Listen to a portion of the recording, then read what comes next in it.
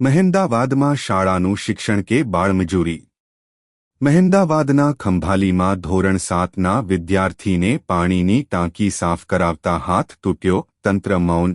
આચાર્યના વિરોધાભાસી નિવેદનો। તાલુકાના ખંભાલી ગામની પ્રાથમિક શાળામાં બનેલી ઘટના શિક્ષણ વ્યવસ્થાના કાળા ચહેરાને ખુલ્લો પાડતી છે।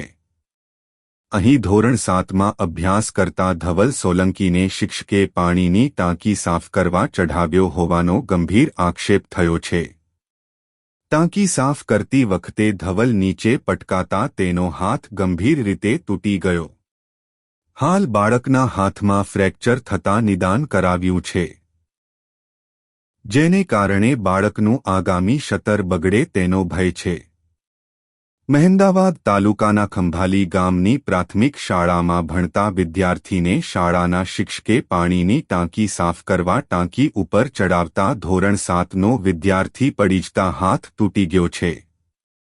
ખંભાલી ગામની આ ઘટના કોઈ એકલદોકલ નથી।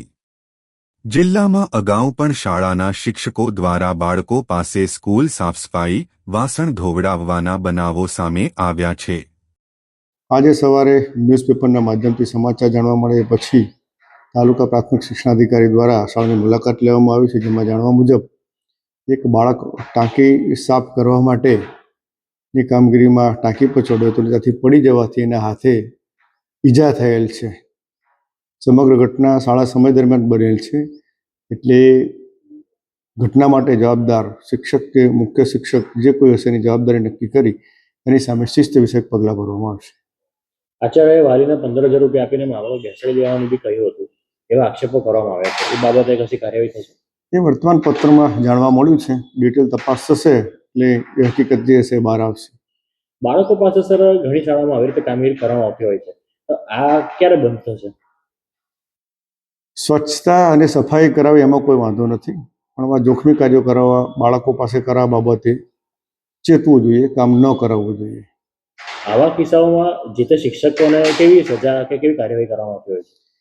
એ તપાસને આધારે કેટલી ગંભીર ભૂમિકા છે શિક્ષક કે આચાર્યની એ નક્કી કરીને પછી જ એની સામે નિયમ અનુસાર કાર્યવાહી હાથ ધરવામાં આવશે।